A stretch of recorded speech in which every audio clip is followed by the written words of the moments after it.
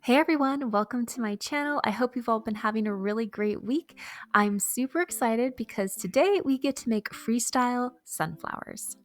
So I don't know if freestyle painting is an official art term, but I think it's a really great way to find out who you are as an artist because instead of focusing on what you want to paint, you focus on how you want to paint. How you want to paint will help you choose your materials.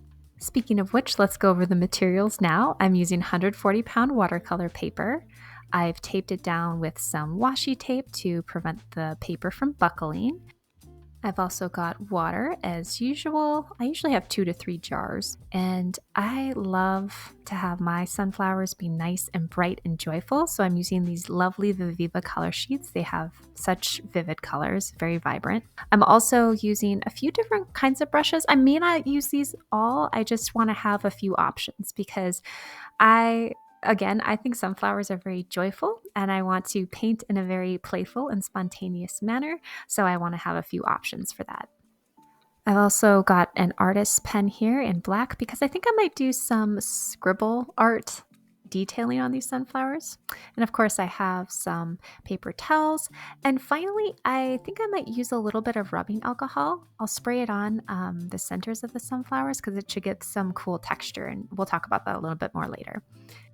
So you'll notice that I've chosen brushes, colors, and detailing materials that will help me create that spontaneous, joyful sunflower that I want to make. That's how I want to paint today. So I'd encourage you to pause and reflect on those things yourself. How do you want to paint your sunflowers and what tools can help you do that? Okay, so I'm going to split this piece into 3 different parts. The first part will be laying down a background, the second part will be painting the sunflowers, and the third part will be the detailing. And each part that I lay down is going to be painted in a joyful, spontaneous manner. And quite honestly, that's a style that I gravitate toward often. And so it is kind of my style. It's becoming my style. It's ever evolving, but that's where I am now.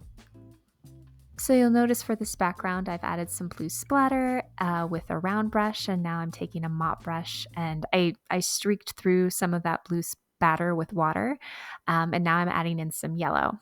So I want to make this background pretty light and carefree. I'm going to swirl things a little bit, and I don't want to cover up too much of the white space because it's just supposed to be a light, airy background. Once the background has dried, I will move on to the sunflowers. Okay, the background is dry. That's the power of recording. So I'm going to take some crimson and make my sunflowers. So I'm going to start by taking my round brush and getting some crimson on there and making the centers of my sunflowers. And then I'm going to fan out some petals from the center, and I'm doing kind of a warbly, wavy, crazy petal on each of them. And then I'll add in some more crimson and build the color a little bit. And you'll notice I'm switching back and forth between the round brush and the mop brush. The round brush I'm using to lay down the center of the sunflower, and the mop brush I'm using to make those crazy, fiery, flamey looking petals. Another thing that I've done to help enable myself to paint in that spontaneous style that I've chosen is limit my color palette. And that might sound kind of counterintuitive because you might think, well, wouldn't you want to have the choice of any color for it to be spontaneous? And for me, the answer is no.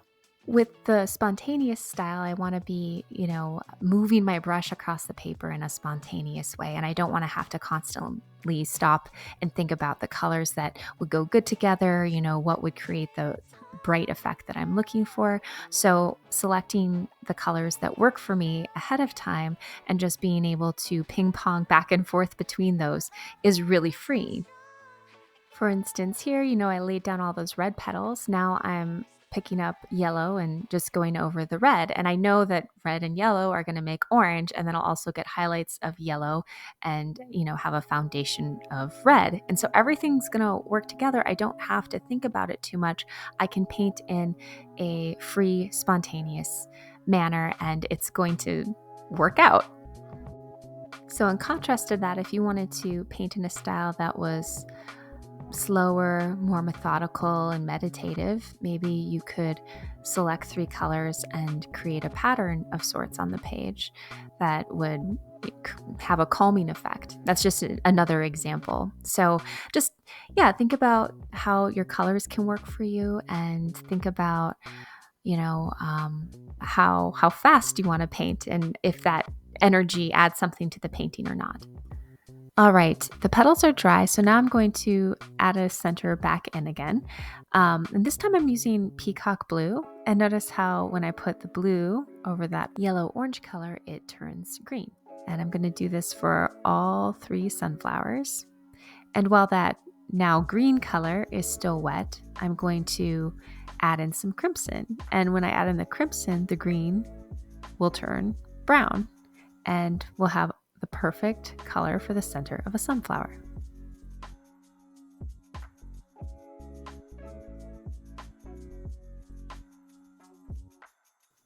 And with the center still wet, I'm going to go ahead and grab the rubbing alcohol that I mentioned earlier, and I'm just going to spray the center of each sunflower.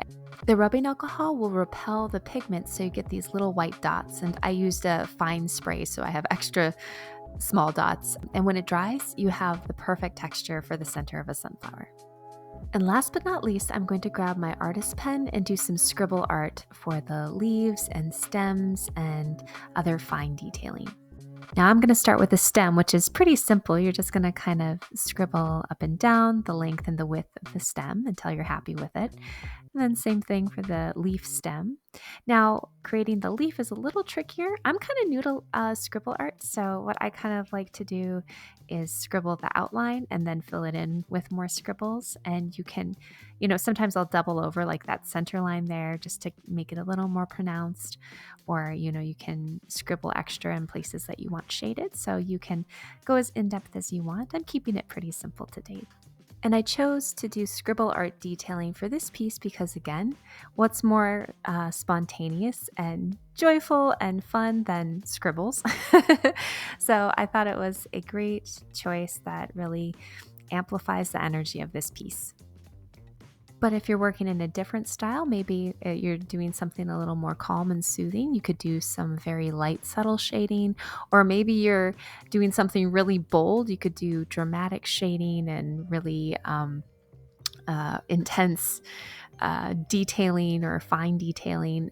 It just depends on what your style is. So I'd be curious to hear about it in the comments. So go ahead, and if you're doing a freestyle painting also, let me know what you chose. What is your style? How would you describe your own style? It's so fun to hear other artists talk about it.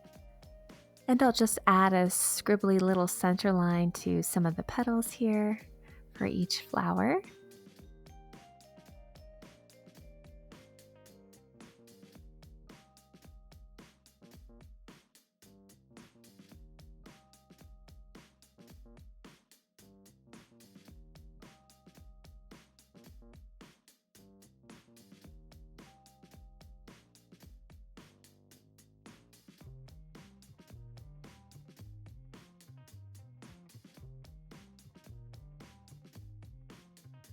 All right, these look good. As a final ink detailing touch, I'm just adding these little whirligig swirls. I don't know what they are, if they're little specks of dust or bumblebees or pollen. I don't know, but I like them, and I think it adds some nice balance to the piece. That looks good.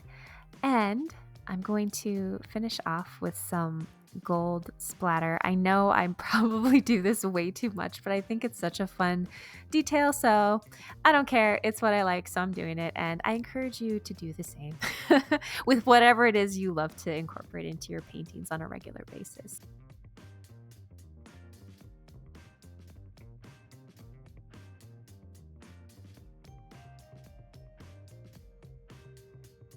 And as I'm finishing this up, I just want to say thanks so much for joining me today.